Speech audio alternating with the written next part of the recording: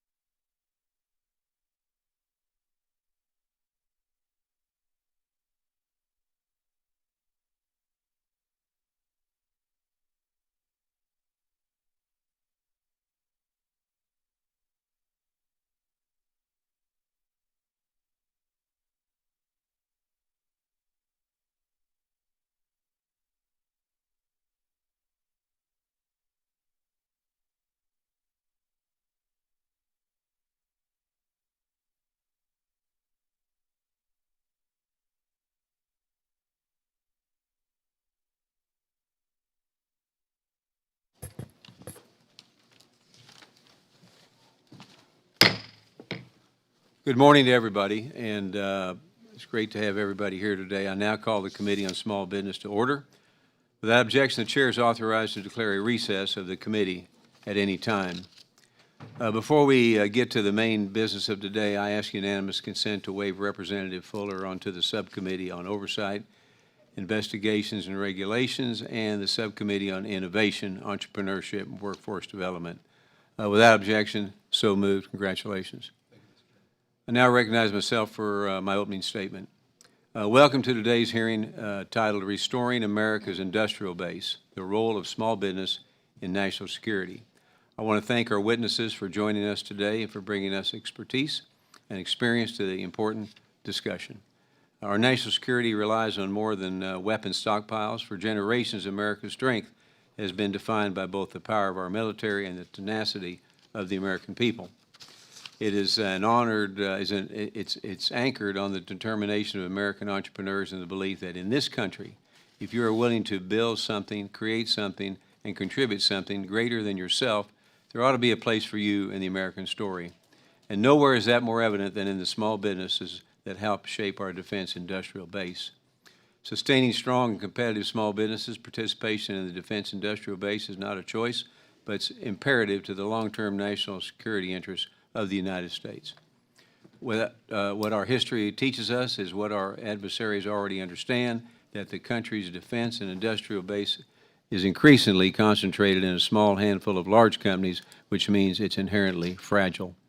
Resilience, by definition, requires depth. It requires a network capable of adapting when disruption occurs and when carrying the load when part of the system is compromised. A resilient defense industrial base cannot hinge on a single point of failure. That is where the committee's onus lies. For small businesses, participation in the defense industrial base has not always been easy.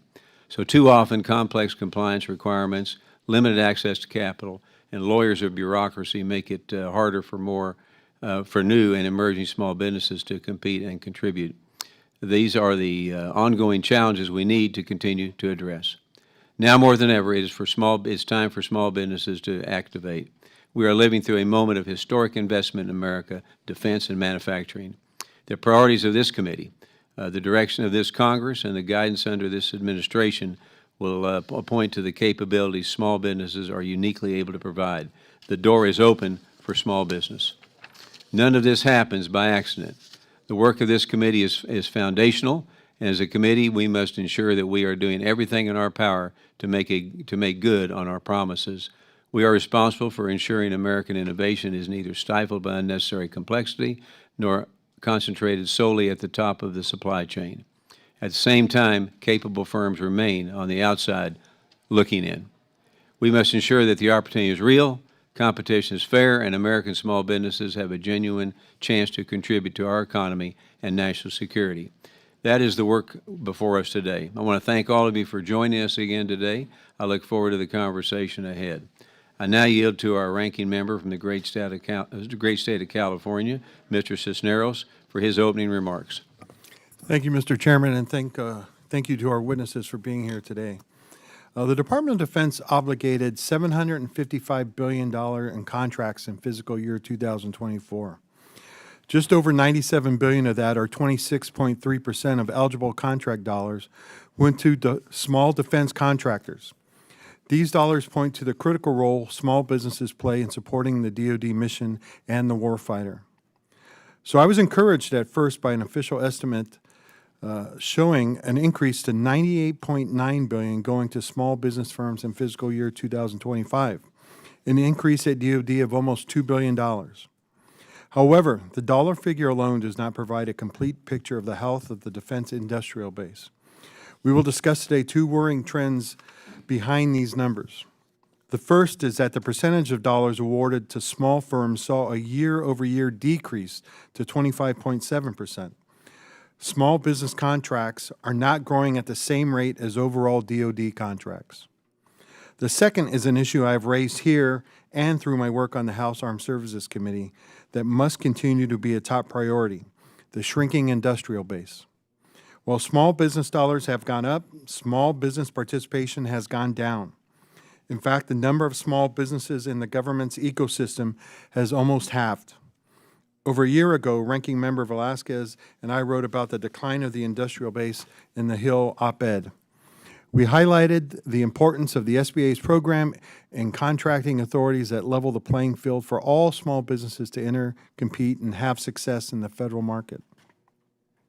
Since then, unfortunately, but typical, the administration's actions have made things worse.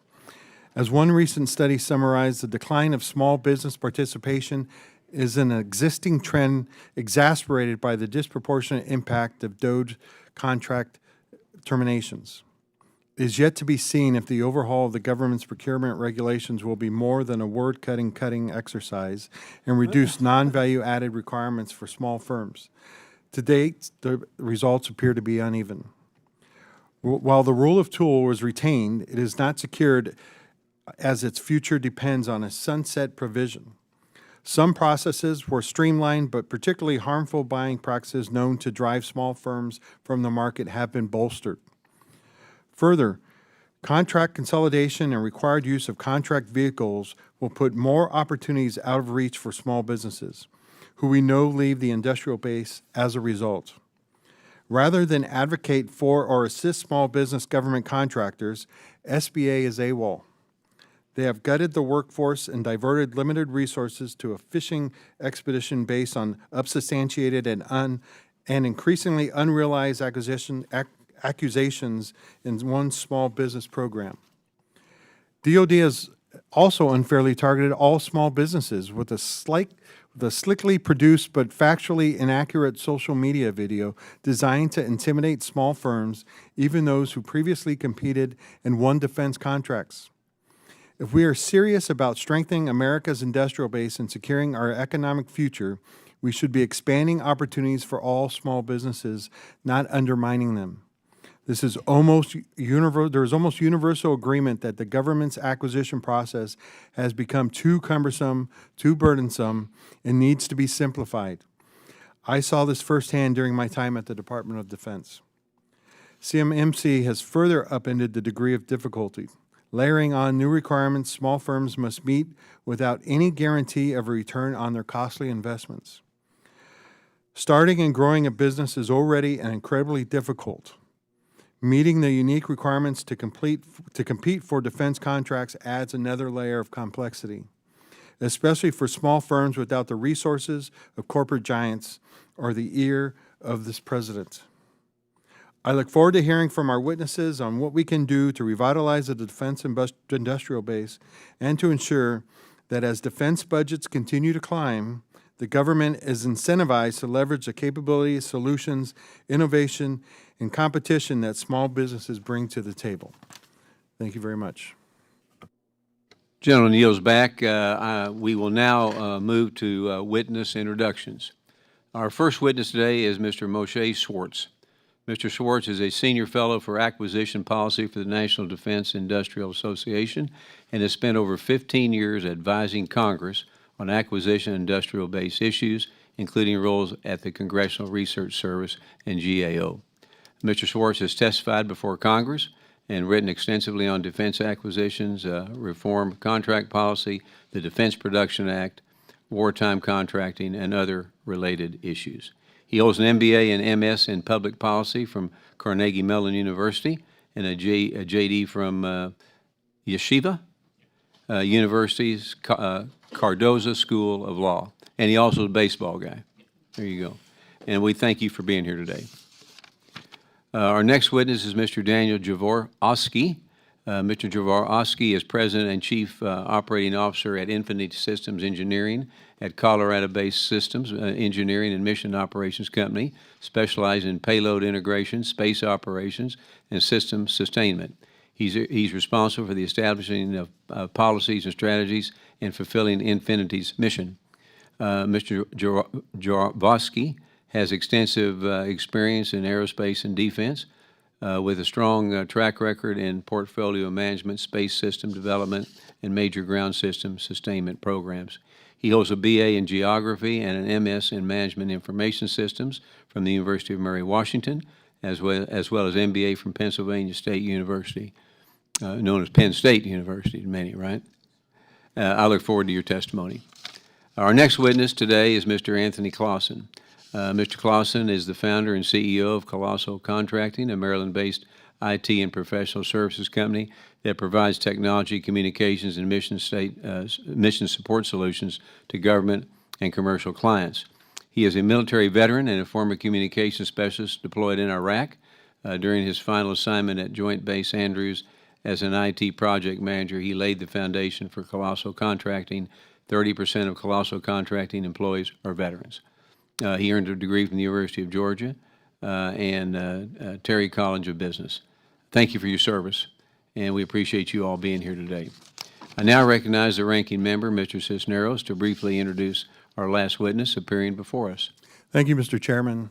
It is my pleasure to introduce Ms. Angela Dingle, President and Chief Executive Officer of Women Impacting Public Policy.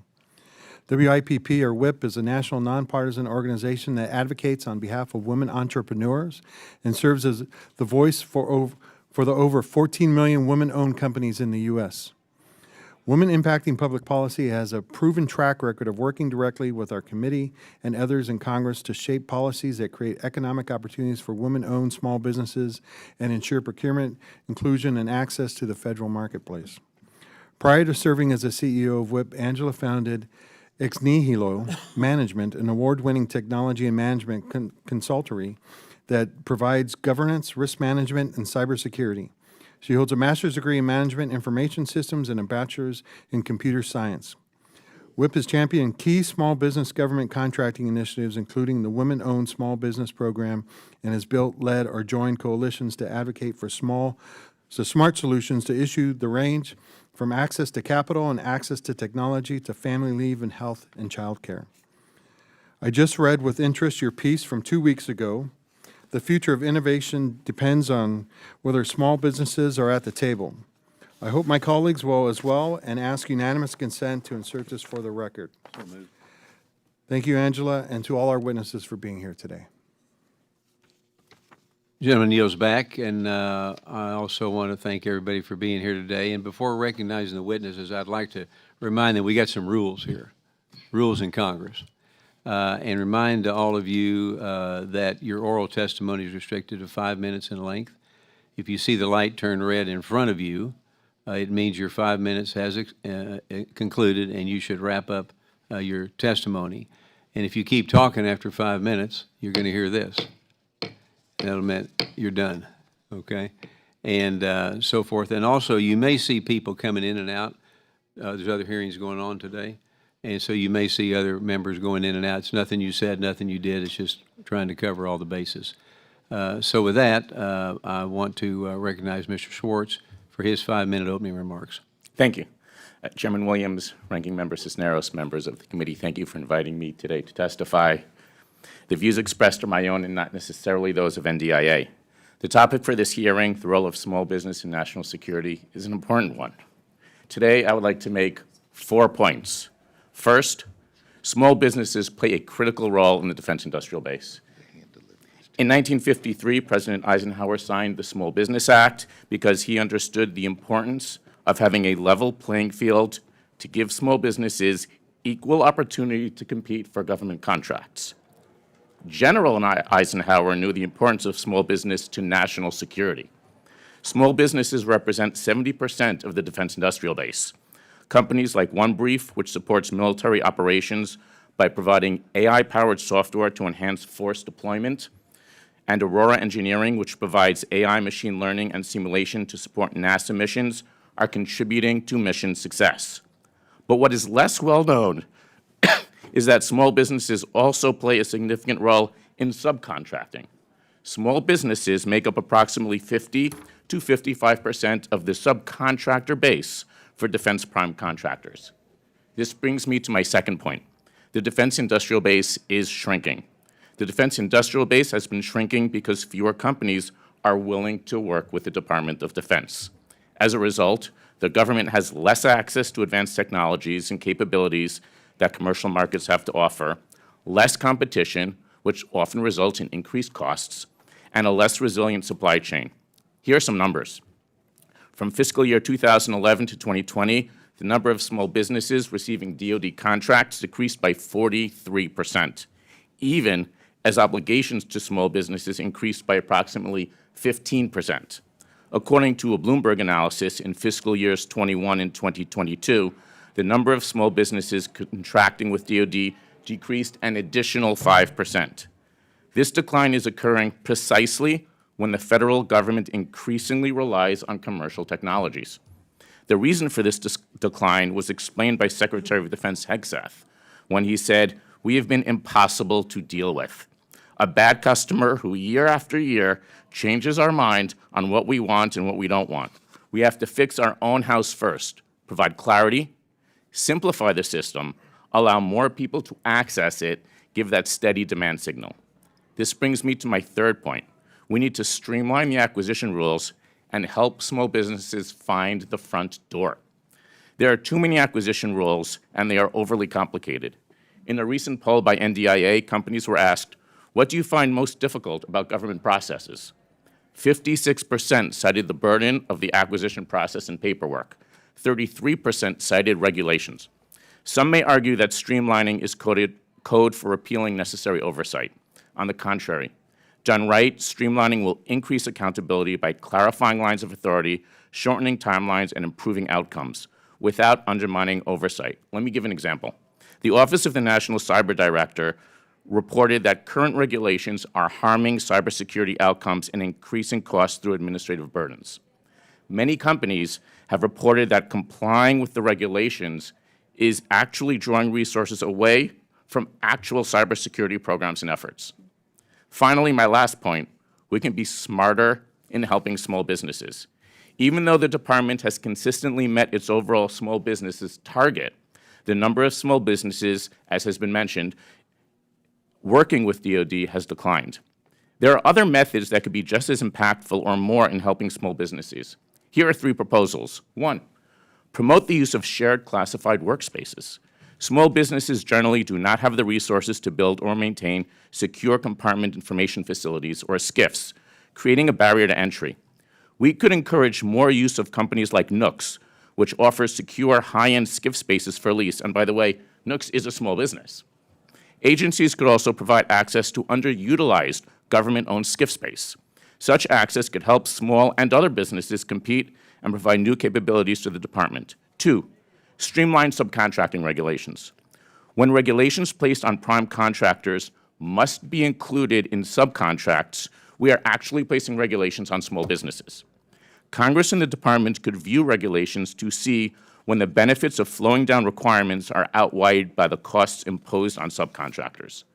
And third, help small businesses submit better SBR applications. Companies often do not get meaningful feedback on SBR proposals that were not accepted. Better communication with losing bidders, explaining the weaknesses of the offer, will help them do better next time and help small businesses learn how to improve their bids and help DoD by increasing the quality of their offers. Thank you for your opportunity to share these thoughts. I look forward to your questions. Gentleman yields back. Thank you very much. I now recognize Mr. Jaworowski for his 5-minute opening remarks. Chairman Williams, Ranking Member Cisneros, distinguished members of the committee, thank you for the opportunity to testify before you today. My name is Dan Jaworowski. I'm the President and Chief Operations Officer of Infinity Systems Engineering in Colorado Springs. We support the Air Force, the Space Force, intelligence community, and a variety of major industry primes. I've got a 30-year career myself in this business. Coincidentally, Infinity celebrates our 30th anniversary today. And I'd like to use my most recent experience working in small business to appeal for you to look out for the independent small businesses like us that face what can only really be described as a second valley of death. Infinity has successfully scaled, yet we find ourselves trapped in a regulatory blind spot, and we're not alone. As a small business with fewer than 300 employees and no socioeconomic designations, we're too large to benefit from entry-level small business set-aside programs. Therefore, we're considered a large and forced to compete for full and open contracts directly against multi-billion-dollar defense primes who possess exponentially more proposal, legal, and overhead resources. Forcing a growing mid-sized business to jump straight into the ring with defense giants is the antithesis of healthy competition. There are countless commercial entities with valuable capability to bring to the fight who stay away from the sector for this reason. Small private businesses like ours are really left with three choices when we get to this stage. We can stay in the fight and try to grow organically, which is what we're continuing to do. We can make our own investments in M&A and try to scale inorganically, but that takes capital investment that we can't handle. And if we take on outside investment, we start to lose control of our business. And finally, exit the market via an acquisition.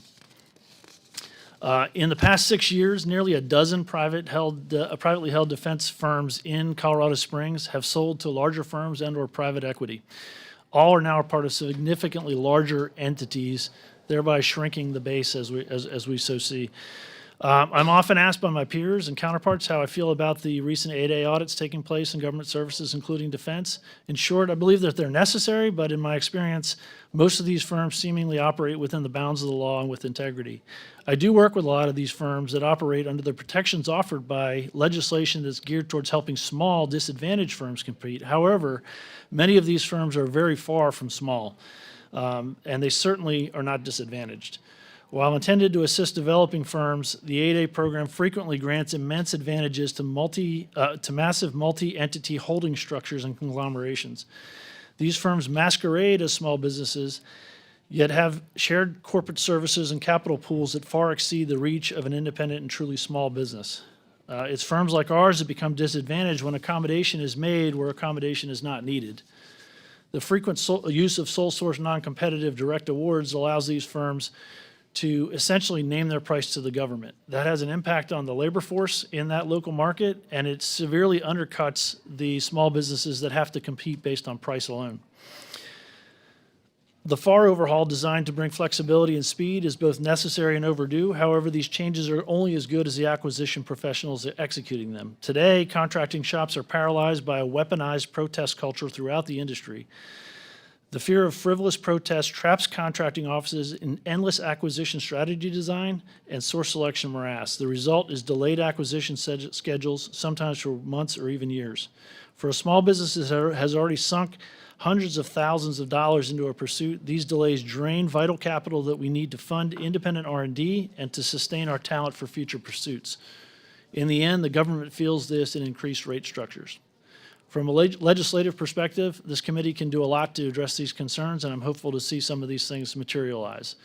Number one, legislate directly to direct an expansion of NAICS categories and size standards to include the middle tier of companies, set asides for larger than X but smaller than Y companies. Legislate to limit the accommodations of the 8A program to truly disadvantaged firms and prohibit holding companies of any kind from participation. Legislate accountability metrics that hold government acquisition timelines to the same standard as contractor schedules. It should be no more acceptable for the government to miss deadlines than it is for the contractor to miss them. And finally, introduce clear statutory thresholds and financial penalties to curb frivolous bid protests designed purely for revenue extension or to force a failed competition. This will liberate contracting officers from a culture of fear. With that, I thank you, and I look forward to answering your questions.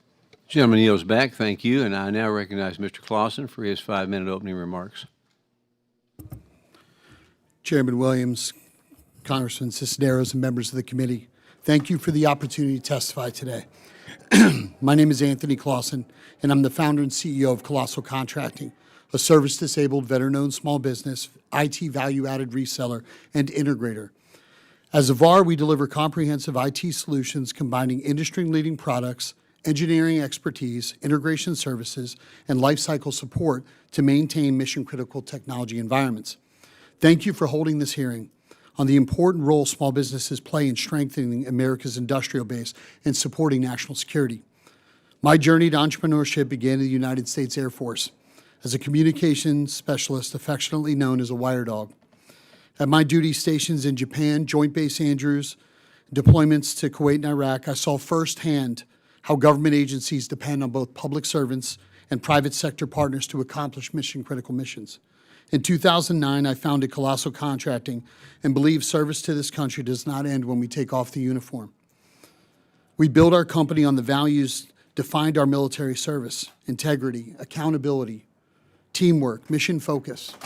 Today, as Colossal, we support mission-critical programs across the federal government while creating opportunities for veterans, military spouses, and other highly skilled professionals who want to serve their nation. My testimony today focuses on the role of the IT VAR in the industrial base. Companies like ours serve as the bridge between technology manufacturers and government agencies, helping evaluate, integrate, secure, and deploy mission-critical technology solutions. As the federal government pursues modernization initiatives like the GSA OneGov strategy, we support these efforts, leverage buying power, and deliver better value to taxpayers. However, those efforts must continue to preserve meaningful opportunities for small businesses. A strong supplier base depends on both innovation from the manufacturer and execution from small business like Colossal. There are three issues I would like to highlight today. First, the federal government's industry classification system has not kept pace with modern technology marketplace. Today's technology procurements often combine hardware, software, cloud, AI, cybersecurity, technical support into one single requirement, yet there is no dedicated classification for these buys. Establishing a separate IT VAR NACS code would provide greater clarity on how technology solutions are delivered to government customers. Second, the current 150 employee SBA size standard no longer reflects the realities of today's technology sectors. Reaching 151 employees does not mean a company is a large business. Yet it forces those companies to compete against multinational corporations that employ tens of thousands of people. Increasing the threshold to at least 300 would allow successful small businesses to continue to grow and compete while strengthening the federal supplier base. Third, I strongly support robust cybersecurity requirements, including the Cybersecurity Maturity Model Certification Program. At Colossal, achieving CMMC certification required substantial investments in technology, compliance, and personnel. As implementation continues, cybersecurity requirements should remain risk-based and scalable so that small businesses can continue to contribute to the industrial base while meeting the government's security objectives.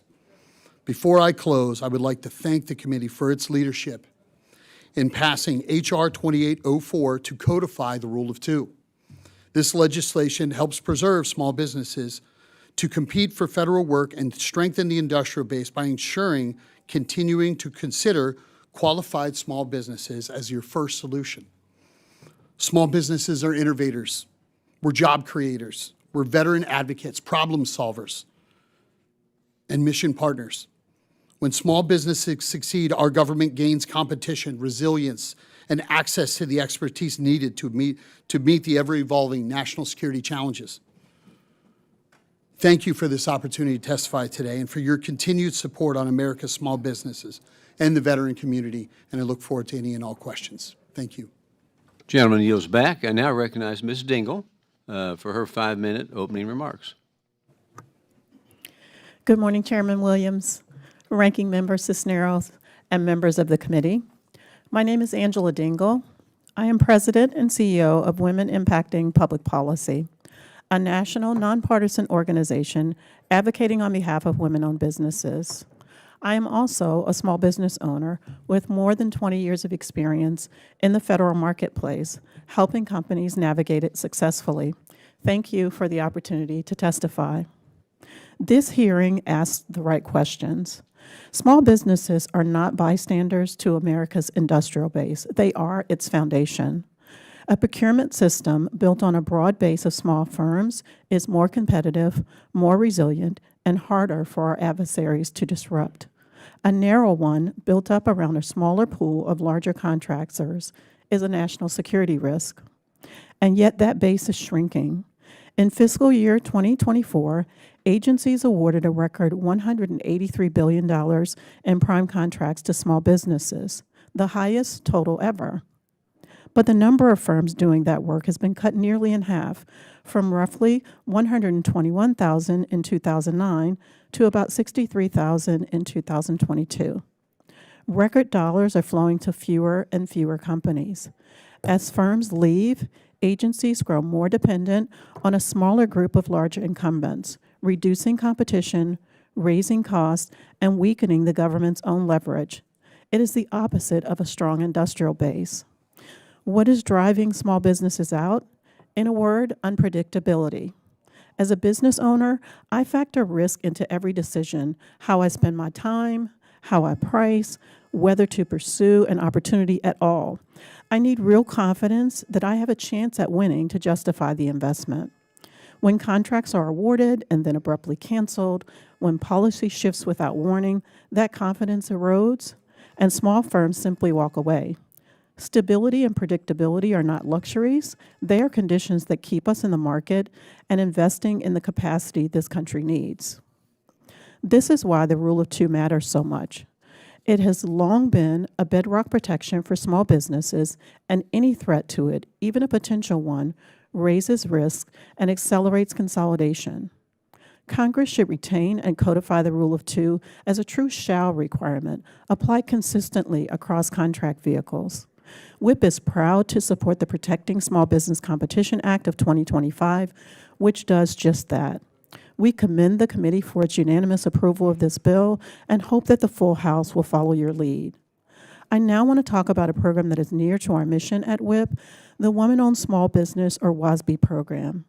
The WOSB program and similar programs are not handouts, nor are they charity. They exist to level a field that is not yet level, and to give the government the widest possible pool of qualified competitors, and they work. In fiscal year 2024, women-owned small businesses won $31.7 billion in federal contracts, and the certified WOSB program grew to more than 13,400 firms. Women-owned firms are winning contracts and delivering, but only when they get a fair shot to compete. That is good business and good government. A few practical points. Subcontracting and the chance to grow into a prime is how small firms become the durable suppliers the industrial base relies on.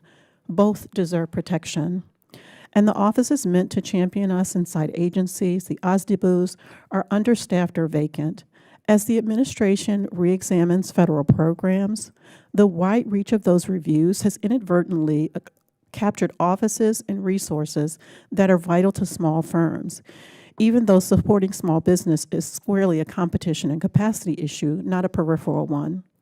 A program is only as strong as the people charged with making it work. Small businesses are not just beneficiaries of federal contracts. We are essential partners in this nation's security and prosperity. We bring the innovation, agility, and cost savings that lead the government to meet its mission quickly and effectively. Protect and expand our role, and you strengthen the industrial base. But if we keep facing instability and a shrinking chance to compete, you should not be surprised when fewer of us remain. Thank you, and I look forward to answering any of your questions. Gentlelady yields back. Thank you. We'll now move to the member questions under the 5-minute rule. I recognize myself for 5 minutes. Mr. Schwartz, the number of contractors supporting the defense industrial base has shrunk by roughly 40% since 2010. Rising regulatory costs are cited as a major reason small businesses are leaving these federal contracting programs. For small firms, every dollar spent on compliance is a dollar not spent on innovation or production or workforce or even cybersecurity. So the question would be, how has the Trump administration revolutionary FAR overhaul addressed that challenge? Thank you. So in a bumper sticker, I would say one of the ways to improve acquisition generally, and for small businesses as well, is fewer regulations, more consistently enforced by an empowered workforce. And this effort to rewrite the FAR and then the DFARS, the Defense Federal Acquisition Regulation, strikes at two of those. By deregulating, like we've talked about, like we've all talked about, it gives small businesses more opportunity to focus on the business of what they're delivering instead of non-added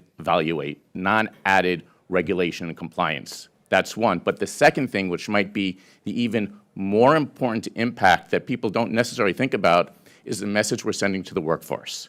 The message we're sending is less about compliance and more about doing the right thing and empowering them. And I'm hopeful that this rewrite is really going to send that message, because unless we deal with the workforce, almost everything else is playing around the margins. All right, thank you, Mr. Jaworowski. As the national security landscape becomes increasingly shaped by cutting-edge software and artificial intelligence, The defense industrial base is under pressure to modernize faster than traditional acquisition process was designed to support. So the question is, from your position leading Infinity Systems Engineering, how do you see the role of a small business evolving over the next decade, and what structural changes are most necessary for the defense and industrial base to fully leverage Main Street's capabilities?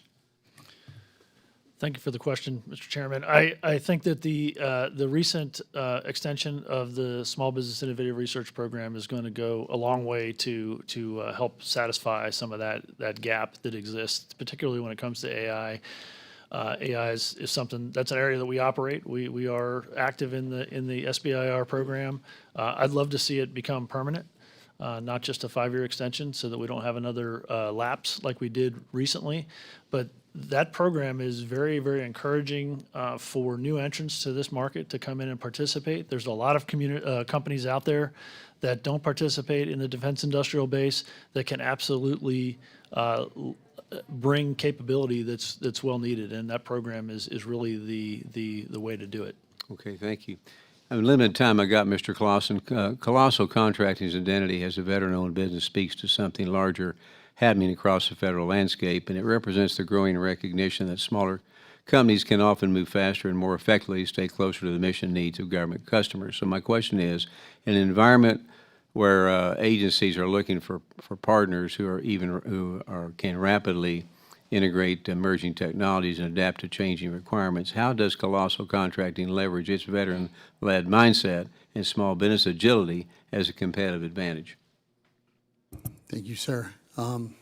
Being agile, right? Being aggressive. I mean, that's part of who we are and what we're trained to be as veterans. That's why I think it's great to see so many veterans going into the entrepreneurial, mindset and to becoming service-disabled veteran-owned small businesses. That value that we're trained with and the ethics that we have and the drive from being military have delivered absolute value. And especially in supporting the defense industrial bases, a lot of us veterans are dealing with the missions that we dealt with when we served. So we're able to see what the issues are, understand their mission, and do what we can to elevate it. And because we're not massive, we don't have these huge layers, right? We're dealing directly with the program, with people that understand the mission. And what we're doing is we're taking all the different types of technologies as an IT VAR and as a master aggregator and bringing those together to answer the mail and to elevate their solution, and to elevate their mission. So, to answer, sir, is who we were trained to be is delivering absolute max value, and I believe it'll continue to do that. All right, thank you. Gentleman yields back. I now recognize the ranking member for 5 minutes of questions. Thank you, Mr. Chairman. Ms. Dingle, with the administration's ongoing attack on the 8A and legislation to eliminate the women-owned small business programs pending, can you reiterate for the committee the value of the SBA's programs not only for small businesses, but for the government and the industrial base? Thank you, Ranking Member. The Women-Owned Small Business Program and the SBA programs like the 8A program, the 8A in particular is a business development program, and the Women-Owned Small Business Program, they create a level playing field. They are not handouts. For every contract that I've ever won, I had to compete for those contracts, and so do the other businesses. When, as my colleague here mentioned in his comments, when we have to compete against multi-billion-dollar firms who have existed for hundreds of years, it is more costly. It creates an unpredictable environment that we're not able to determine whether or not we should invest the dollars that are necessary, and it makes it really hard for business owners to be able to grow. One contract award in one of those programs can be a game changer. It can completely change the trajectory of the company because we simply need a foot in the door, and these programs create those opportunities for you to get a foot in the door. Yeah. A company like General Dynamics, right, did not start out as a big corporation. It started out kind of doing a small company, doing a contract for NASA, and we need to have those game changers out there. But halfway through this fiscal year, Ms. Dingle, documents circulated online showing SBA changed their scorecard criteria and lowered each agency's spending targets. What will be the impact of SBA telling agencies they should spend less, potentially $12 billion less on small business? I think it just flies in the face of what this committee and this conversation that we're having. If we continue to say that small businesses are the engine of the U.S. economy, then we have to create an opportunity for those small businesses to compete. One of my other colleagues mentioned the burden that is on the contracting officers. Some of these programs assist them in getting their work done, and sometimes they just need an easy button. They'll take the least path of resistance. And so if you say to an agency, you only have to spend $12 billion less than you did, they will simply do that, and small businesses will be cut out. Ultimately, for the government, that means less innovation, it means less competition, and it means additional cost, because we believe, and I'm certain my colleagues would agree with me, that small businesses can do it cheaper and faster and with more flexibility. Thank you very much for that answer. Mr. Closson, the FAR rewrite removes the justification and approval requirements for direct awards when agencies utilize the service-disabled, veteran-owned small businesses or other small business programs. Will these changes make it easier to provide contracting opportunities to serve disabled, veteran-owned businesses? Thank you, sir. I believe so. I believe removing the J&A requirements and getting contracting officers also comfortable with doing sole sources. The sole source has been around for a while for the SDVOSBs, but not many people use it. Contracting officers see it as very difficult. They don't want to have to justify things. So we're hoping that that mixed with the rule of two is really going to open up some things and be able to showcase the service-disabled, veteran-owned small businesses out there and be able to provide that max value. So to answer, sir, absolutely. I think that it will hopefully open up some more solid SDVOSBs to doing sole source work, and that mixed with the rule of two, it should open things up. Since you mentioned the rule of two, let me ask you this. Can you quickly address what a sunset of the rule of two would mean for small business participation at industrial base? It would hurt. If that went away and contracting officers and program people were not evaluating the value of small business, I think it would impact us greatly. I mean, we need the rule of two. We need there to be that first look, especially, hey, there's the place for the systems integrator where they are working on massive programs that protect this nation, and I'm good with that. And we work with a lot of them. But there is a lot of amazing opportunities for the agility and the expertise that small businesses bring. And we need that rule of two. All right. Ms. Dingle, since you mentioned the rule of two in our last 30 seconds here, can you answer that same question? What would it mean if this sunsetted?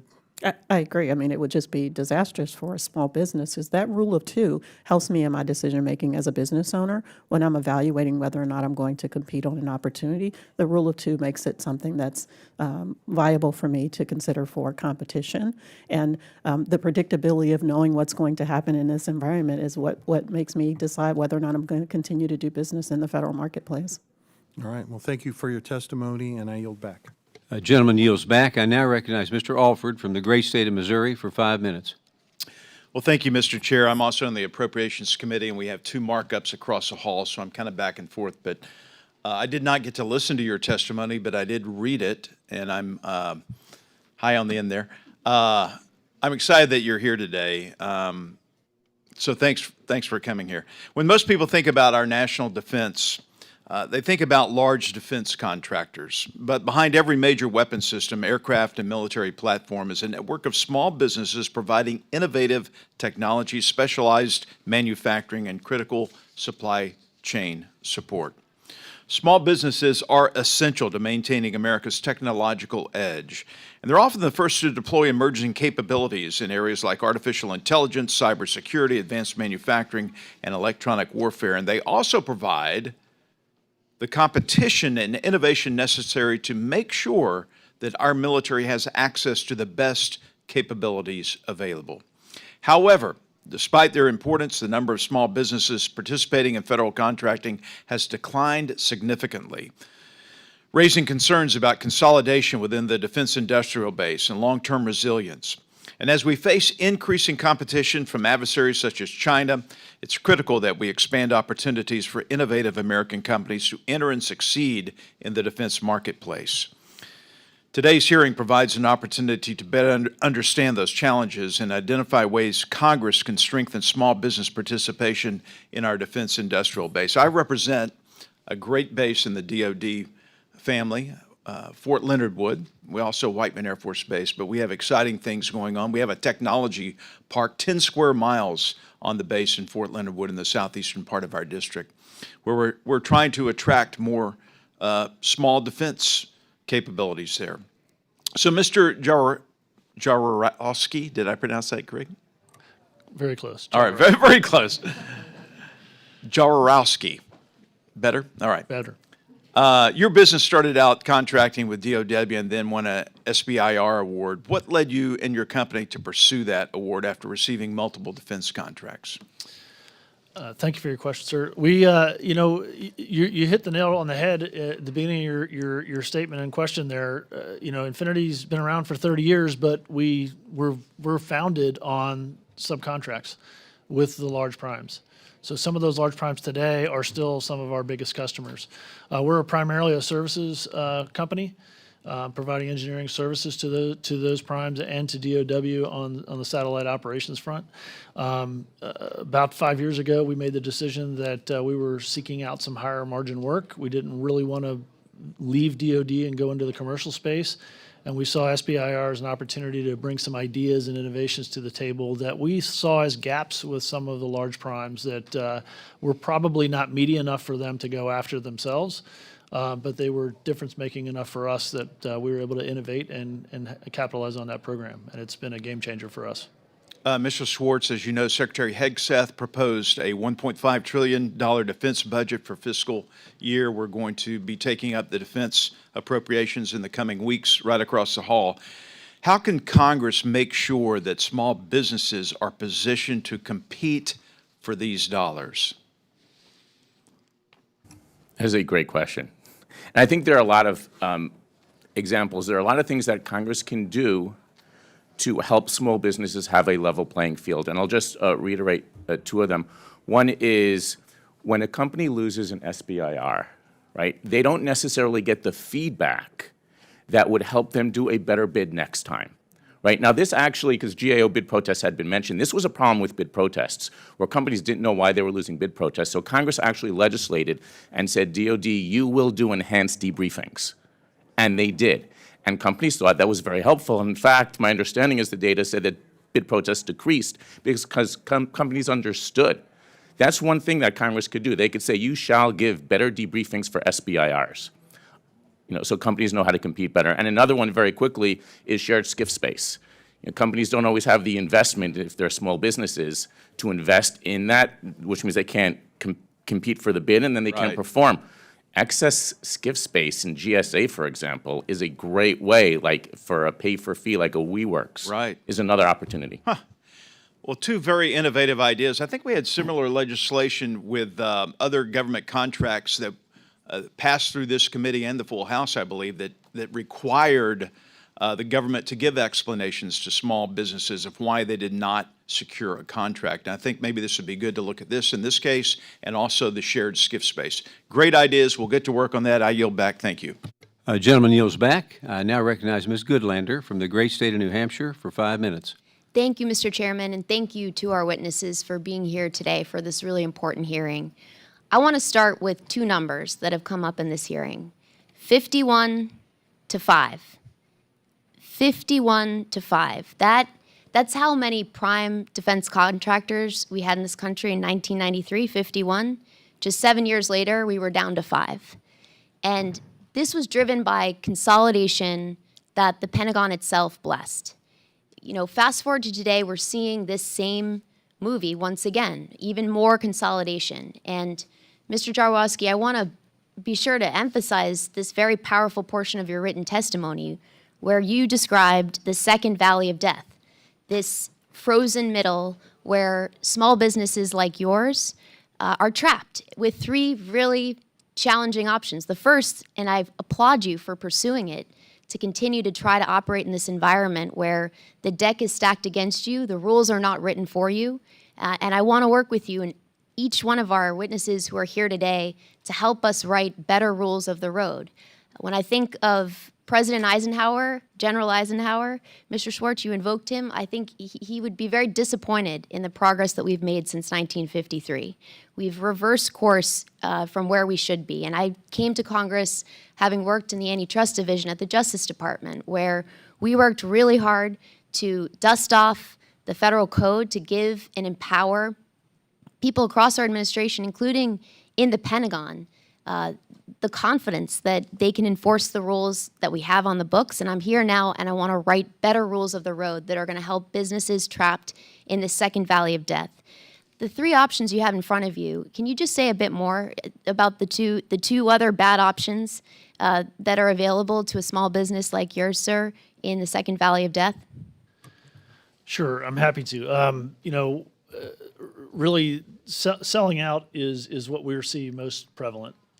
Most companies are getting to our size, and they find that this competitive landscape has changed, and it gets frustrating. And it's the easy answer is to just take the exit. Sell to a prime. Sell to a prime or sell to private equity. Private equity is what we see more commonly, and they're consolidating small businesses like ours, ultimately for a sale of that entity to probably to a prime in a more strategic transaction.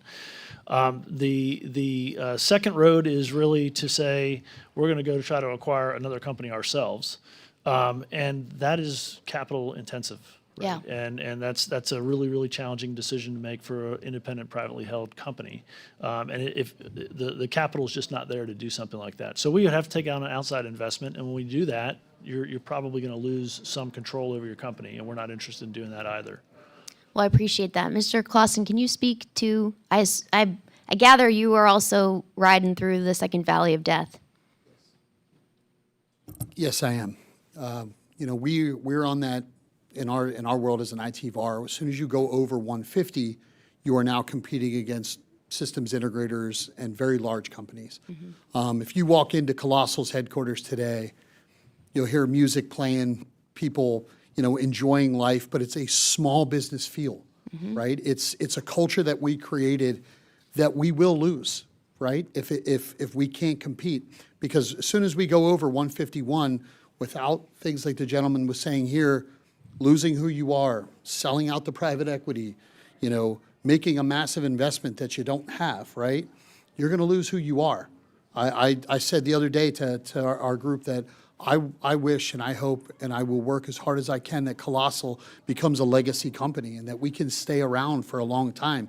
But like I mentioned, my fear is I'm constantly battling this under 150, and because we are an IT VAR, people will see that we're selling a lot of equipment with our services and look at us and say, hey, well, you're a large business, right? Even though we're 105 people. So we're constantly in that battle, and it is something that we have to fight for. Well, I really look forward to, as you point out, determining whether a business qualifies as small.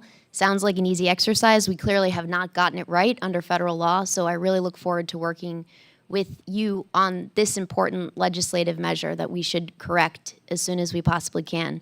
What you described as footnote 18, as soon as we're talking about footnotes in manuals that aren't in the U.S. Code, I think we haven't given you the clarity that you need, so I appreciate that. I guess I've run out of time, but I really appreciate our witnesses being here today, and with that, I yield back. Gentlelady yields back. I now recognize Mr. Weed from the great state of Wisconsin for 5 minutes. Thank you, Mr. Chairman. Thank you to all of our witnesses for being here today. Main Street America is not only the backbone of the United States economy, but also of our defense industrial base as contractors and subcontractors. As the new chairman of the Subcommittee of Contracting and Infrastructure, I'm committed to ensuring that small businesses are given fair opportunities to compete for government contracts. Bills like Protecting Small Business Competition Act, which passed out of this committee 2 weeks ago, go a long way to ensuring our nation's small businesses are afforded those opportunities. I look forward to discussing the state of government contracting for small businesses, including the Department of War's newly implemented cybersecurity maturity model certification. Mr. Jaworowski, the CMMC, which is the cybersecurity maturity model certification, is a tiered certification process that's based off of sensitive data that contractors have access to. I've heard from some of the small business owners in our area that the cost to comply with the Department of War's new cybersecurity requirements can be upwards of $100,000. What did this process look like for you? Thank you for your question. I would say upwards of several $100,000 is probably the more likely answer. That's what we've seen. For us, we were pretty fortunate. We had made some decisions early on, about 5 years ago, that once the first drafts of CMMC compliance were coming out, that we were going to lean in and start to do that work. So we started to do that work with existing IT infrastructure and in existing IT personnel. We had to make investments along the way in order to be compliant, but we were able to limit the overall cost of that, but it took 5 years to be ready. So if we were to fast forward to today, if I were starting that process all over again, I would have to hire a staff of several individuals to come in and help us be compliant. And if I was trying to do it inside of a year, it would definitely cost us several $100,000. Do you think that there's issues with overclassification? Absolutely. Absolutely. There's issues with overclassification, and to the degree that CMMC is geared towards managing controlled unclassified information, what we're seeing now is anything that is unclassified is now being called CUI for the sake of CMMC. So it's really, when it comes to outside entities trying to add to the defense industrial base, all we've really done is create another barrier to entry. Thank you. Mr. Closson, while large contractors have an easier time absorbing the costs associated with CMMC compliance, small contractors are required to meet the same standards, right, with, a fraction of the resources. So what has achieving CMMC compliance look like for you in your business? It was extremely difficult, but we understand the value. We clearly understand the value of it, but we have, we've had things like ISO certifications and CMMI because we do a lot of work in defense space. That helped us prepare for it, but we had dedicated resources. We had, auditors that you have to pay for. We have pre-auditors that you have to pay for. We understand the value of it, and I truly do. My concern isn't for just Colossal. It's for when Colossal was 10 people. Like, I don't know how that would be done. Again, I understand the importance, and I stomp that completely. But the reality is when I was going through this, it made me feel, man, when I was 10 people, I would have been able to do this. So we luckily have a great team and great partners, so we were able to get it done, but it definitely was a big lift. Well, thank you for serving in the Air Force, and thank you for all your efforts in helping those that are disabled veterans. I know that's very important and near and dear to your heart. So we're going to talk a little bit about what's the acronyms in the government are great. SDVOSB, the program that, of course, was designed to ensure that service-disabled veteran-owned small businesses have a meaningful opportunity to compete for federal contractors. In your experience, how has that certification changed your ability to compete in the defense marketplace as a small business? It's been amazing. Number one, it's a very proud designation that I've been honored to have, and that the SBA has blessed with creating, but now holding the certification. But being able to set things aside has not only helped Colossal, but our entire environment. I'm going to the DAV and speaking to entrepreneurs, and they're wanting to start businesses because of this program. To see a room of 50 disabled veterans now with the motivation to do it because there's proven success like a Colossal is one of the biggest gifts that I think that I can give the veteran community. So for Colossal, it has been an amazing thing. Now, hopefully getting the rule of two to dive in a little more and now open up the J&As for more sole sources.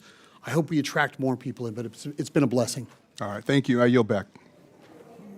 Gentleman yields back. I now recognize Dr. Morrison from the great state of Minnesota for 5 minutes. Thank you very much, Chairman Williams, for holding this hearing, and thank you to our witnesses for being here today. In an era of rapid technological disruption, the agility and speed of small businesses are exactly what we need to maintain our military advantage. However, we face an urgent reality. Small business participation in the defense industrial base has steadily stagnated, presenting a serious risk to our national security. To reverse this trend, we have to look closely at where the barriers are highest and where regional solutions are succeeding. I'm proud to say that my home state of Minnesota is combating this challenge head on, and there are a number of small businesses doing phenomenal work in the defense ecosystem. One small business based in my district, Operative X, is working on the cutting edge of combat medicine and is developing a sophisticated deployment system to help triage medical decisions on the battlefield. Using advanced AI-based diagnostics, this technology aims to extend the capabilities of military hospitals into the field, providing combat medics with the information they need to make quick, informed decisions that get wounded warfighters the care they need as quickly as possible. As a physician myself and the wife of an Army combat veteran, I'm proud that this great work is happening in my backyard. Competition is essential for innovation, and it's critical that small businesses know how to effectively compete and know what resources are available to them across the federal government. Aligning these resources is essential to reducing barriers for small businesses with the potential to transition dual-use capabilities for our urgent national security needs. Ms. Dingle, how can federal workforce and education programs better align with the needs of small businesses supporting the defense industrial base? Thank you for the question. I really think it's important to have resources that are available to assist small businesses with technical assistance and access to training and education that will allow them to take advantage of new technologies such as AI.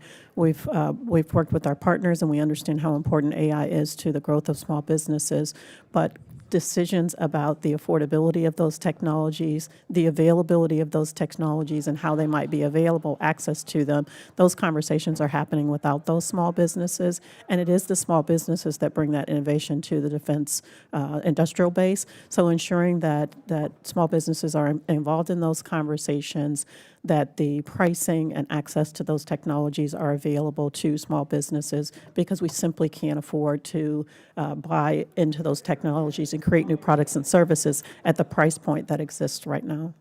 Thank you for that answer. Another one for you. In fiscal year 2024, fewer small businesses received government contracts than the year before, and the women-owned small businesses receiving contracts decreased by an even larger percentage. An SBA report found that women-owned small businesses accounted for a quarter of the total small business decline in 1 year alone. What factors contribute to more women-owned firms leaving the industrial base? There are a number of factors that contribute. My colleague mentioned the difficulty in getting contracting officers to understand the program and how to use the program, so more education being available to them. And with a lot of the changes that have happened with the federal workforce, then we're starting over, having conversations about how you might be able to leverage that program. There are misunderstandings about the program that it might be some form of handout as opposed to a way to increase competition. And then the complexity of complying and competing in the federal marketplace just continues to get more and more difficult. And so if I have to evaluate the ability to compete on a program against a large company, that may cause me not to want to compete. Some of the DOGE changes that we've seen have just completely wiped out business owners. I received a phone call very early on last year, as soon as one of the executive orders were passed, and one of the business owners, I've received many, but this one very early on in January essentially said, I'll be out of business by May if these things move forward. So I think that Congress can really help us by not just saying, we want to, modernize this process, or we want to revitalize something, but hearing the voices of small business to understand what that looks like. WIP we always come to the Hill and offer, we're here to help, right? We don't want to, we're not here to bash you over the heads, but we really want to be able to help you to find solutions around that. And keeping that woman-owned small business program and other small business programs available and open and usable creates access and opportunity for small businesses. Thank you so much. One for you, Mr. Closson. A recent study found that contract terminations and declining market participation for small businesses are creating defense supply chain innovation and competition concerns. So what do you think are the short-term actions we can take to help offset DOGE's negative impact on the industrial base? So the reality is, we have to get out there and compete. And this is the landscape that we're in right now. I believe there is competition to be had, but we need to continue to be agile, and we need contracting officers and the government to be able to have enough opportunities out there for us in the prime. We'll see that number go up as opportunities are there. There's still plenty of good small businesses out there. We just need to see as many opportunities as we can. Thank you for getting an answer, and I've exceeded my time, Mr. Chair. I yield back. Thank you. Gentlelady yields back. I now recognize Mr. Fuller from the great state of Georgia for 5 minutes. Thank you, Mr. Chairman. Mr. Closson, great to see another airman in the room. I was going over your bio, had an admonishment for you real quick. I didn't see the University of Georgia in the bio that I have. So just quick question. You would agree with me that's a far superior school than the TCU or something like that, right? Don't bring me into this. And I wanted to ask you real quick, specifically related to, you were talking about giving speeches to veterans at a DAV. One of the things that I think with suicide rates in the veteran community being so high is just losing that sense of purpose, losing that sense of service. What's your number one piece of advice that you give to veterans in that speech, specifically to go through this process of making sure you can get the certification for the service-disabled veteran-owned small business program? Right. I'm very truthful with them. When I speak at the DAV, I don't talk about the clouds and the unicorns and all the great stuff that come, 7 years, 17 years for me, almost 18 years. It's hard and no one's going to do it for you, and there's been a lot of programs like the DAV now that are available. When I sit through these things, we're giving them the roadmap, right? But we're just honest with them on what it takes, but also to be there for each other. Those support programs talk a lot about small businesses and SDVOSBs and how to be successful in GovCon, but we talk equally about being there for each other and removing the stigma of being the tough guy and saying, hey, man, are you okay? Right? Because it is challenging. I mean, all of us have opened small businesses. This is a challenge in GovCon. It is not easy. So what we focus on is being there for them through the programs like the DAV has that lays out the structure of how to get there, and then having a community with you that has your back, because it does put a lot of stress on you, and a lot of these gentlemen and ladies have PTSD. Yep. But I've seen some amazing success stories come from those programs, and we're going to keep seeing it. Yeah, well said. Air power, and I appreciate you being here. Yes, sir. Mr. Schwartz, I wanted to turn to you in my remaining time here. I don't know if you would agree with me, so correct me if you feel like I'm wrong. I feel like the American defense industrial base is broken, but if you had to put it on a scale of 1 to it's 1, it's doing fine, to 10, it's completely broken, where would you put the American defense industrial base? So first, I disagree with you on the ranking of colleges. That out there. Way to stall for time. Yeah, no. Second of all, I wouldn't say it's broken. I would say it's a system designed for something else. Like if you're going into the Rockies in Colorado, you probably don't want a Corvette. You probably want a Ford 150, right? So the acquisition system was designed for a different era, for a different concern.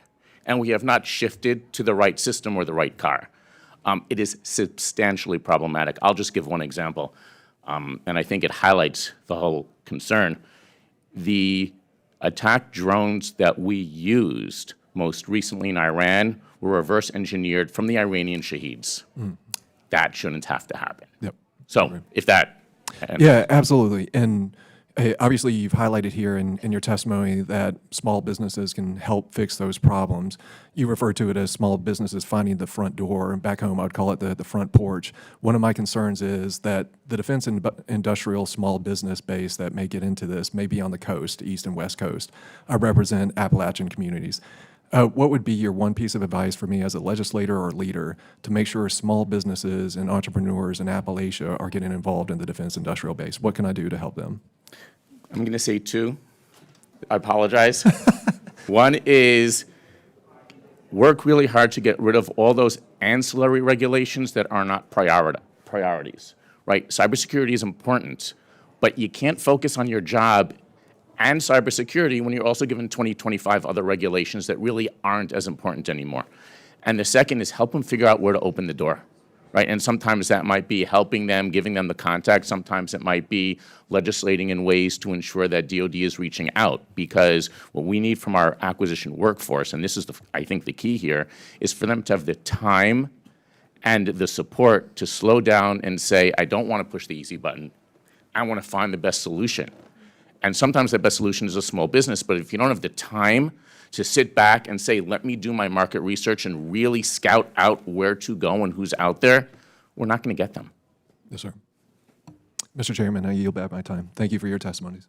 Gentleman yields back. I now recognize Mr. Tran from the great state of California for 5 minutes.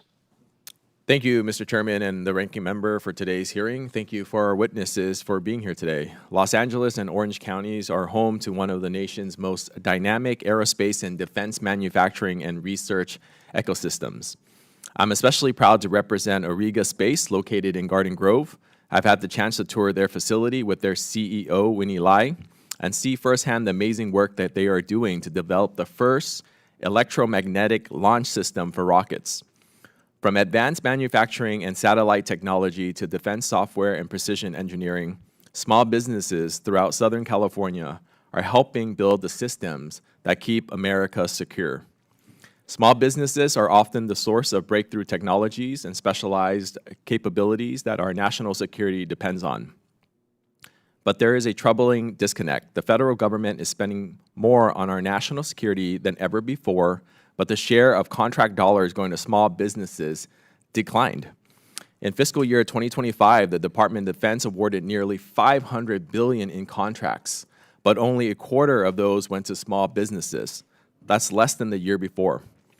Far too often, federal procurement remains too complicated, too slow, and too expensive to navigate for small businesses. They face burdensome compliance requirements, lengthy contracting timelines, slow funding disbursements from other transaction authority managers, and a maze of regulations that often favor companies with dedicated administrative staff and teams of consultants. Meanwhile, the Small Business Administration has significantly cut staff meant to help with government contracting. Instead of cutting resources, we should be smartly investing in America's industrial base. That means reducing red tape, streamlining contracting pathways, improving outreach, appropriately funding the offices of small and disadvantaged business utilization, and ensuring agencies are held accountable for meeting their small business contracting goals. Because America's national security is stronger, more innovative, and more resilient when small businesses have a fair shot at contracting opportunities and a level playing field to compete. Ms. Dingle, despite significant increases in DoD contracting spending in fiscal year 25, the National Defense Industrial Association's Vital Signs 26 report found that overall small businesses are reporting fewer contracting opportunities than last year, with a significant percentage seeing a decrease.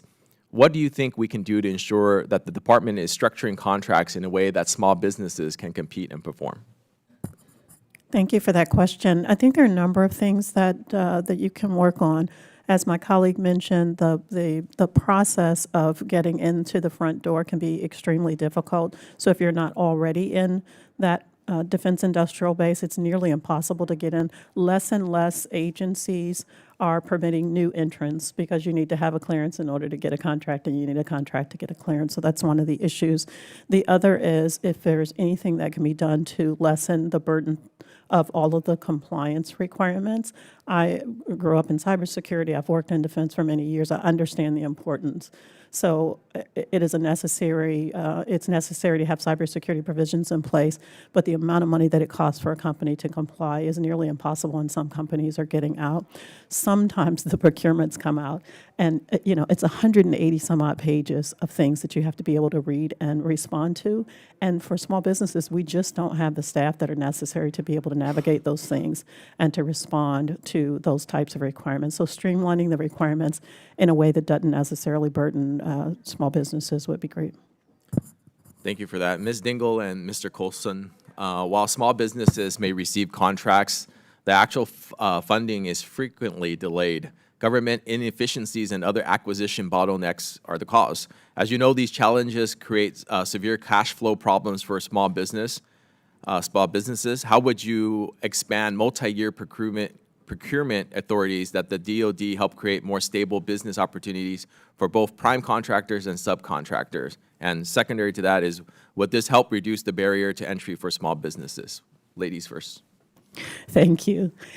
You mentioned stability and predictability. I think those are just the key, right? When I started my business, the sales cycle was about 6 months. That sales cycle now is nearly 3 years. It's nearly impossible for a small business to hold on to the staff and the resources that are necessary to compete. So that's something that's important. And I apologize, a little bit of noise. I forgot what the second half of your question was. No problem. I'll go to Mr. Yep. Closson. You have anything to add? 5 seconds. Yeah. Okay, 5 seconds. The reality is it's tough, right? And we have to find ways to be able to get it done. I'm hoping that the rule of two, using more sole sources. I mean, you think about that. The sole source alone would be something huge. The rule of two and actually executing sole sources would expedite everything. Thank you. Chairman, are you about? Gentleman yields back. I now recognize Ms. Van Dyne from the great state of Texas for 5 minutes. And I agree with Mr. Schwartz's assessment on the ranking of colleges. TC, your roles. Thank you, Mr. Chairman. This hearing is important because rebuilding America's defense industrial base cannot just mean relying on the same large prime contractors. Small businesses are a critical part of getting new ideas, faster production, and better capabilities to the war fighter. Too often, Washington makes it harder than it needs to be for small businesses to be able to compete. And for a small business, every dollar that's spent on an unnecessary compliance is a dollar that cannot be spent hiring workers, developing new products, or supporting the mission. And that's why I introduced the Small Business Regulatory Reduction Act, which passed the House in December and is waiting Senate action. It's killing me. I've introduced this for 3 sessions now. We finally got it out of committee. We got it on the floor, and now it's dying a very slow death in the Senate. And my bill requires the Small Business Administration to ensure that the cost of its rulemaking on small businesses is not greater than 0 each fiscal year. It requires SBA to report on regulations that impact small businesses, and the principle is simple. Before Washington adds another burden, it has to start removing them. And today's hearing shows why that matters. If we want a stronger defense industrial base, we need more small businesses willing and able to work with the federal government and not fewer. Mr. Schwartz, in your testimony, you discussed the critical role of small businesses in keeping our defense industry competitive and innovative. My concern is that even while higher contracting dollar amounts are flowing from the Department of War to small businesses, we're ignoring that the overall number of small businesses that win contracts is actually shrinking.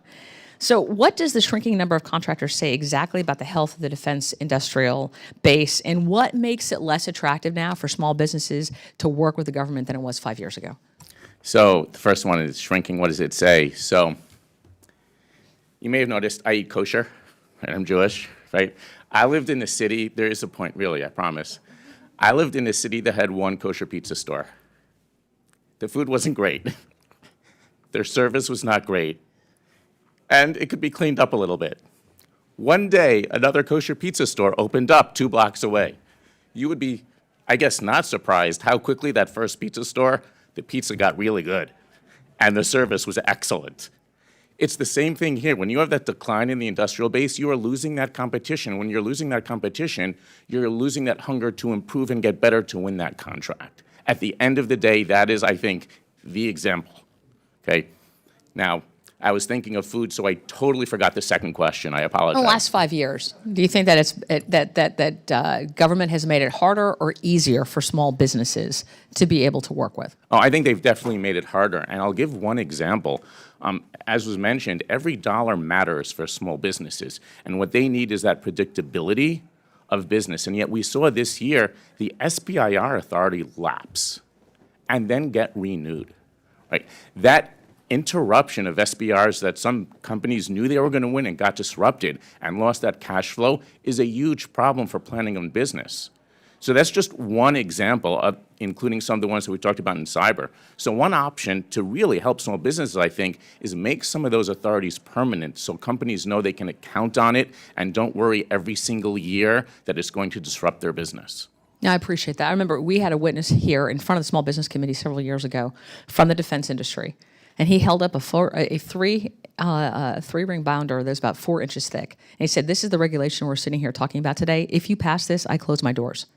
Because while some of the major defense companies can afford to have regulatory agencies, I cannot. This is going to cost me about $100,000. My margins are this thin. So if you pass this, you are literally taking my business away from me just by a regulation. Tell me how important, and I understand we have to have regulations, that's important, but the layering upon layering upon layering, how much have you seen your time being spent on that as opposed to what you should actually be focused on?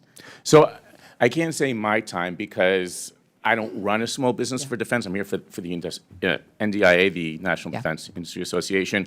But it is one of the biggest complaints that companies have. All the small businesses in the polls is consistently at the top. It's the regulations, the paperwork, and it not only does it take up their time, I would argue what's even worse than taking up their time is distracting them from what we really want them to be doing, which is delivering capability, not working on compliance that doesn't really add anything. I appreciate that, and I yield back. Thank you. Gentlelady yields back. I now recognize Mr. Olszewski from the great state of Maryland for 5 minutes. Thank you very much, Mr. Chairman. Thank you to our ranking member and to all of our witnesses for being here today. I believe that we can all agree that driving American innovation for small business is a top priority for members of this committee and on all sides of the aisle. Maryland, we're proud to be home of the Army's oldest active proving ground, Aberdeen Proving Ground, where I know the National Defense Industrial Association, Mr. Schwartz, has a chapter. Thank you for fostering collaboration among government, industry, and academia to advance Army modernization efforts. APG features expansive test ranges and road courses designed to stress military hardware. So if a piece of equipment is meant to shoot, move, or communicate, it likely has gone through testing at APG. APG uses Small Business Administration guidelines to award research, technology, and service contracts to smaller scale companies. Unfortunately, the Trump administration has gutted the SBA's capacity to advocate for small contractors at federal agencies like APG. The Office of Government Contracting and Business Development has been reduced by 60%, meaning fewer negotiators to help identify small business opportunities and fewer phone calls from small business owners being answered, which makes no sense to me, especially as Trump's own DOD has said, quote, "A weakened American industrial base and supply chain threatens both the economic security of millions of Americans and our country's national security." I agree wholeheartedly. Kneecapping small businesses who want to enter, compete, and innovate in the federal market does, in fact, weaken our industrial base and supply chain. So I do hope we can work together in spite of these challenges to produce positive outcomes for the industrial base and for the government cluster. Ms. Dingle, I'll start with you. Since 2015, SBA has made multiple unsuccessful attempts to deliver a single IT platform to bring all of its small business certifications into place. I think this is a great idea, especially if it cuts down on time for small businesses to apply and the time SBA to process applications. The unified certification platform was deployed in 2024, even as the GAO and others raised concerns. The committee no longer receives annual certification data, and it's unclear if those outstanding concerns have been addressed. I just wanted to wonder, from your perspective, is the portal functioning well for small businesses currently seeking certifications with the SBA?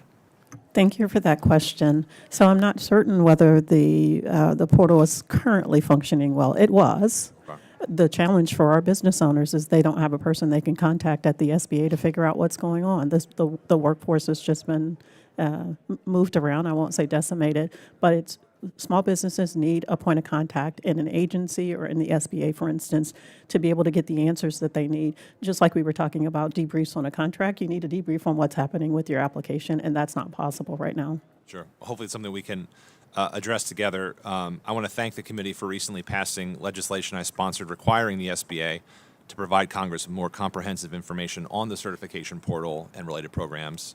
Can you speak a little bit to how having that more complete picture of application volumes, processing times, and outcomes might help SBA improve the portal and better serve those small business applicants? Yeah, I think the small business community, the women-owned business community is all for transparency and accountability. It's just how does that come about, right? And what we are seeing, I was just having a conversation recently and someone says, have you spoken to this person at the SBA or have you spoken to this? Like, we have little to no contact with the resources that used to be able to assist business owners. So I think as taxpayers, as business owners, we all want transparency and accountability, but we also need the resources that are necessary to support that transparency and accountability. Thank you. And then, Mr. Closson, I'll close with you with my last minute. We know that small business-only competitions are critical for small firms to participate in the defense industrial base, but are a small percentage of those defense dollars, making up just over 17%. How can we expand efforts to protect this small but critical investment rather than allow them to exit the industrial base and taking their innovation capacity with them? The rule of two, like we mentioned earlier, being able to get more small business prime opportunities for small businesses. That is going to be critical. And educating on the J&A for the sole sources. I mean, these are two quick paths to be able to get more, the companies that are there operating and then also bringing in new.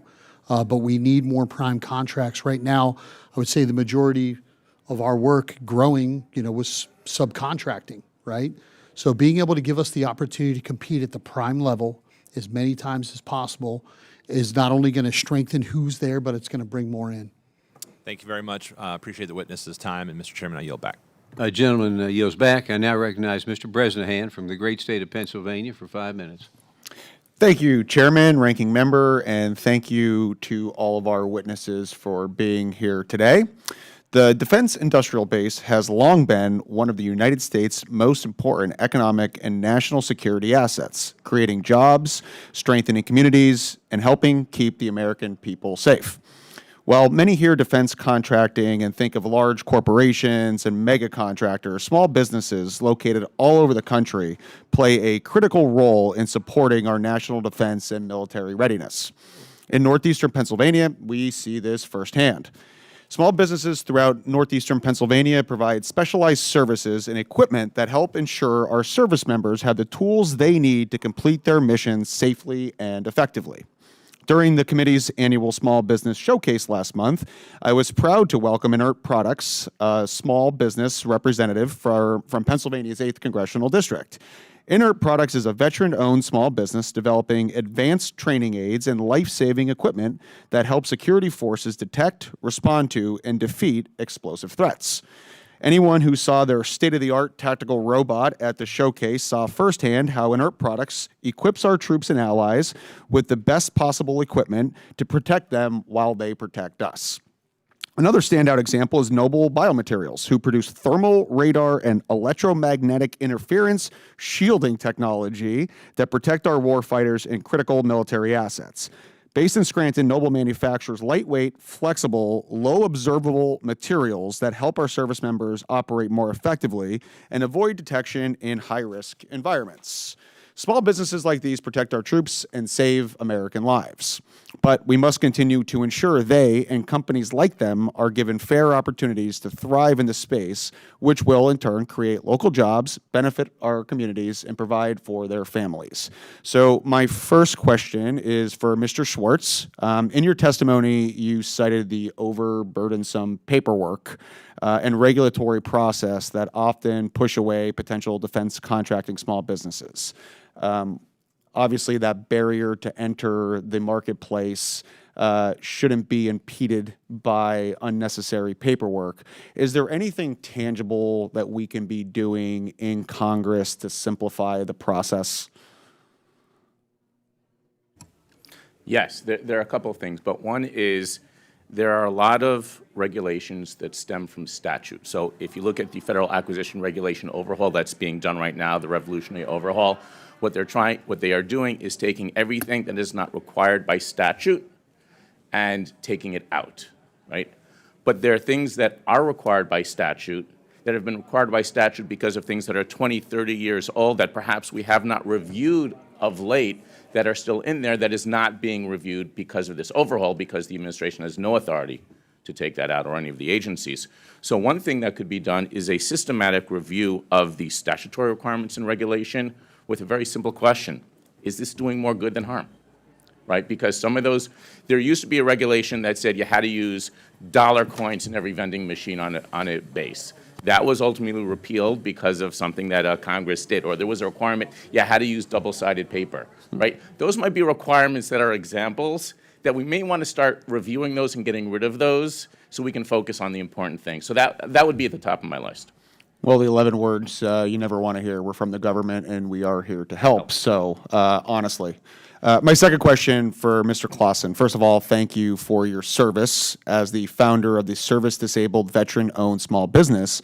What advice would you have or to give to a veteran in the early stages of starting a small business? And this is something that I frequently encounter when I'm meeting with my constituents. They served our country, and sometimes it's incredibly frustrating to get that inertia moving to be able to get the business off of the ground. So if you can maybe identify perhaps one or two key suggestions that I can take back to them. First is find a good program. Like the DAV has programs where they have mentorship programs for starting small businesses. It's one of the best ones I've ever seen. I've been honored enough to teach a couple of those sessions. Extremely valuable for me. I actually sit through some of the others to get value. Extremely valuable. So the DAV puts on an awesome STVOSB entrepreneurial veteran clinic for people starting business. 2 is understanding how to monetize who you are and the value that you have. Being able to take that step to dig into your Rolodex of people you've worked with in government or not, and be able to monetize your relationships and bring value to their mission. Understand your value and how you can impact theirs. Thank you for your service as well. And Mr. Chairman, I yield. Gentleman yields back. I now recognize Ms. Sculton from the great state of Michigan for 5 minutes. Thank you so much, Mr. Chairman and Mr. Ranking Member, and thank you for our witnesses for being here today. This is a really, really important conversation. There is a through line here, right, that we agree small businesses are the backbone of our economy, and they are foundational to the strength of our defense industrial base. On that, we agree. However, according to a 2022 study, the number of small businesses competing for awards through the Department of Defense dropped by 23%. Over that same time period, the number of firms that were awarded small dollar contracts less than $1 million shrank by even more, by 32%. Ms. Dingle, what steps can we take to ensure that there are sufficient opportunities for small businesses who compete for these lower awards? Thank you for the question. I think we've heard from a number of my colleagues here about the rule of 2 creating opportunities, right? Because that sets aside some of the business. But the other thing is consolidations right now are causing problems for us. Some of the consolidations, and again, when you look at it from a taxpayer standpoint, it makes sense. But when you look at it from a business standpoint, that just takes some small businesses out of competition completely. You've got to be at a certain dollar figure to even be able to compete. So making small business set-asides available, using tools like the rule of 2, making sure that contracts are not necessarily consolidated. I'll try to be sensitive to time, but as a small business owner who has worked in defense, we had existing incumbent work that was then moved to a consolidated contract vehicle that we weren't eligible to compete on. So even though we had gotten our foot in the door, now the door we would put on the outside of the door, and door was closed, so we couldn't get back in. Yeah. And so being mindful of those kind of things is something that's going to be important. Yeah. Another factor that you have emphasized in your testimony is the ever-changing economic landscape and the instability. I mean, I know defense contracting or not, that is the number one issue that I hear about from our small businesses back home. A recent op-ed from WIP emphasizes that the use of AI in small business operations presents both a critical opportunity and a barrier to entry for certain entrepreneurs. My bill, the AI WISE Act, would address this challenge by requiring the SBA to create learning modules to help small business owners adopt AI into their operations. We know they want it, but often they don't know how to use it. They might be afraid that a changing regulatory landscape, for example, could negatively impact them down the road. They're afraid of giving up proprietary information. Can you talk more about the challenges small businesses are facing with this new technology, specifically if you're able to speak to it, and how it could potentially help them to compete for federal contracts? So we know that AI is being used in the evaluation process for federal contracts. So first of all, as a business owner, I need to understand how my proposals are being evaluated. Right. So even having someone at the SBA or in one of the agencies be able to provide an informational session to tell us that, or to have some educational programs. And I'll use cybersecurity as an example. As the defense industrial base was cybersecurity was rolled out, there were roadshows around the country to say, hey, this is what this is going to look like, and here's how you need to be prepared. We need to be doing that now with AI, right? So having some education for that might be really helpful. Making sure that the tools are accessible in terms of the costs associated with those tools. There has been some push to make sure that there are some cybersecurity tools that are available. Doing that same thing from an artificial intelligence standpoint would be really helpful. Yeah. Business owners, they want to use the technology, but we're concerned, right? There's no real regulatory guidance on whether we can use AI as a part of our solution.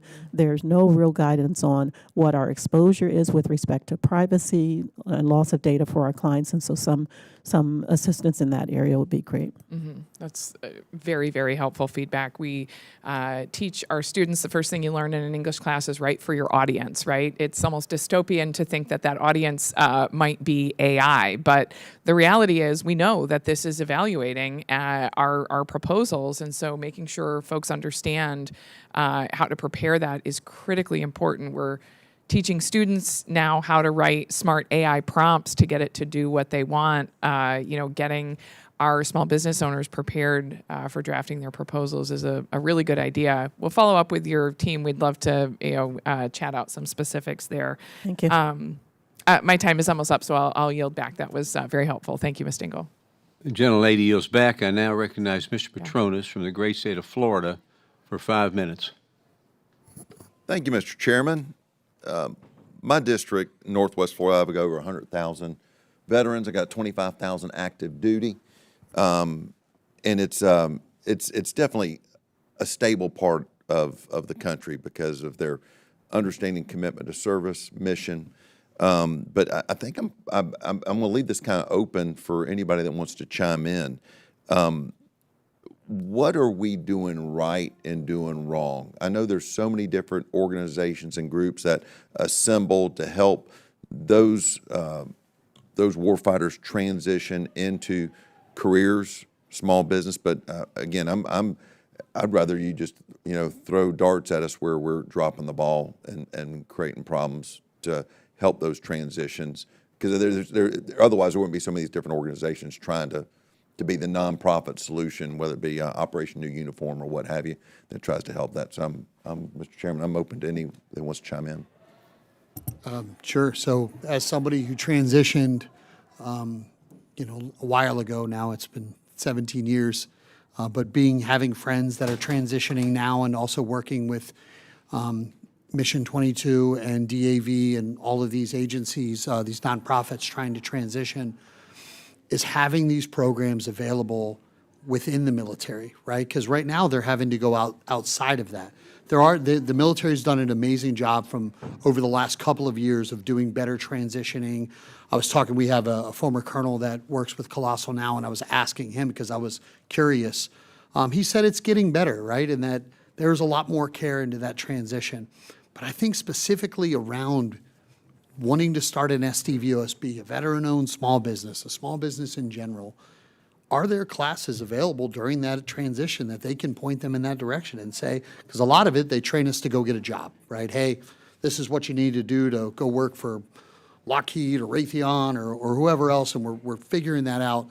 For me, when I made the decision there wasn't anything available, right? Now, today, there's a lot of these programs like the DAV has of the SDVOSB veteran boot camp that they have, and there's these other agencies doing it.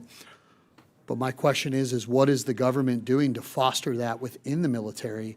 There may be some programs I'm not sure about, so I don't want to say that that's not happening. But in the transitioning that I'm hearing happening is we got to be there for them and be able to foster that. Well, you've been there, done that. Okay, so in your career of service, when did you make up your mind that you were going to transition out?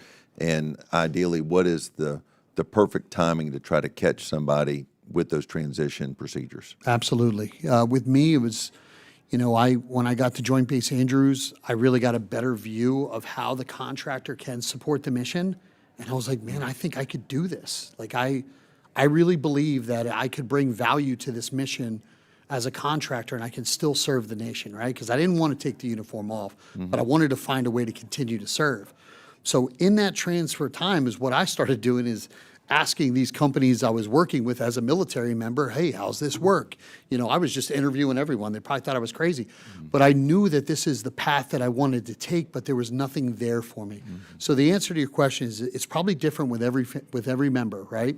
But the reality is once that transition happens and you decide 6 months into it or a year into it, or you're hitting your 18 years and you're getting the itch and you got 2 left, is what programs are there to train them and to educate them on how to start an SDVOSB or a veteran-owned small business. Sure. Sir.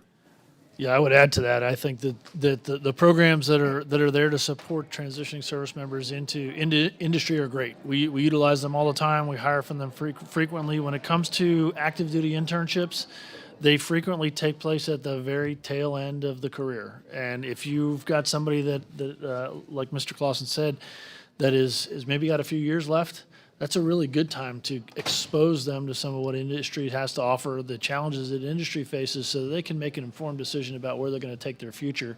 I think that they can, the more, rotation programs, maybe, work with this company for a month and then a different company for a month, and then get see what the different size companies are really dealing with. I think that there's a lot of opportunity to improve there. Sure. Ma'am.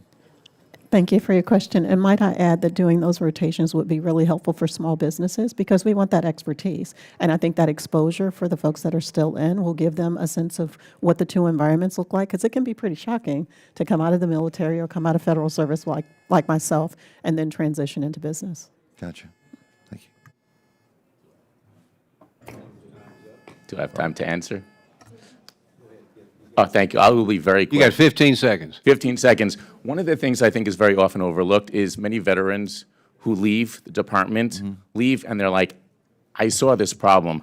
I know how to fix it in a way that other people don't. And that's something that I think we should really leverage. When people leave, like the company One Brief that I mentioned earlier in the testimony, that person left the military and he said, I saw this problem. I can fix it and start a company to fix it. If we can capture that, we would really benefit. Sure. Great answers. Gentleman's time is up. I now recognize Mr. Jack from the great state of Georgia for 5 minutes. Thank you very much, Mr. Chairman. If I could start with Mr. Schwartz, I appreciate your testimony today. And I want to talk a little bit about, you had a great graph that you included in your testimony that shows the declining number of companies contracting with the federal government, and would welcome your thoughts as to why you believe it's harder for small businesses to contract with the federal government, particularly within the defense industrial space. So first, thank you for reading the written testimony. Appreciate it. I think there are a lot of challenges. Let me start with the workforce, right? If you're a contracting officer and you have a lot of pressures and there's a perception of compliance that you have to do and you have to move fast, it is very difficult to sit back and say, okay, I can do this really fast, or I can go slow, do more market research, figure out what the right companies are, who's offering the best thing, and find them. That go find them is hard because who knows about a small business? We had to find a plumber recently, and we had no idea where to start except Roto-Rooter because they were right there, right? They're easy. It's a lot harder to find some of these small businesses. I think that's one of the biggest challenges is the visibility or people knowing this is what they have to offer. You also included in your testimony the crushing burden of overregulation. Would welcome thoughts to this committee as to how we as a small business committee and a Republican majority can help reduce regulatory costs and burdens to small businesses trying to get involved. Right. I'll just review two. The first one is, as we were talking before, there are a number of small businesses that are subcontractors. And it's not infrequent that a requirement on a prime contractor is required to be flowed down through contract to every lower tier, which means we're also putting those regulations on small businesses that are the subcontractors. Well, perhaps let's review those requirements of what has to go flow down and say, do we really need to flow that down? Is it really important?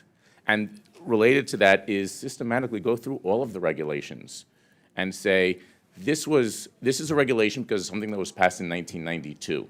Do we really need it anymore, or can we amend it to alleviate the burden? That's how I feel too.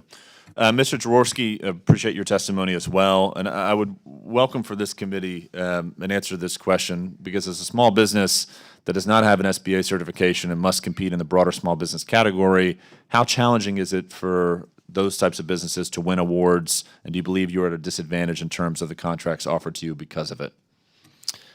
We're definitely at a disadvantage because the contract space and opportunity space for a company that's our size that doesn't apply for a set aside that's set aside for socioeconomic basis forces us to compete at a higher level. And in my testimony, I talked about how there is this pool of companies that really punch above their weight. They're large businesses masquerading as small businesses that get to operate based on 8A criteria in similar spaces to us. So it's really a 300-person company going up against a behemoth that can be several thousand employees at times.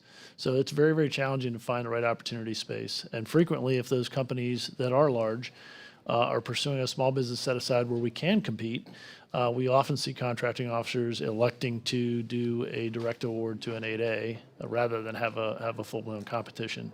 The rule of two should apply there, but there's still subjectivity that can be applied to the rule of two, which can limit competition. Thank you. Next question to Mr. Closson. Since we're talking about certificates, would welcome your opinion and perspective as to how the SDVOSB certification has changed your ability to compete in the defense marketplace. It's been extremely valuable. It's helped shape the company in every way. We started off just fighting any way that we could, but I think we hit it on two values that helped our grow as they started setting aside for SDVOSB. We started working with the VA more and started getting some work there, and then started working with the Air Force, got a couple prime contracts, were awarded some GWACs that we're able to set aside, like SOUP and ITES that have set aside requirements for SDVOSB. And also the large, partners that we work with also have set aside standards within their large contracts.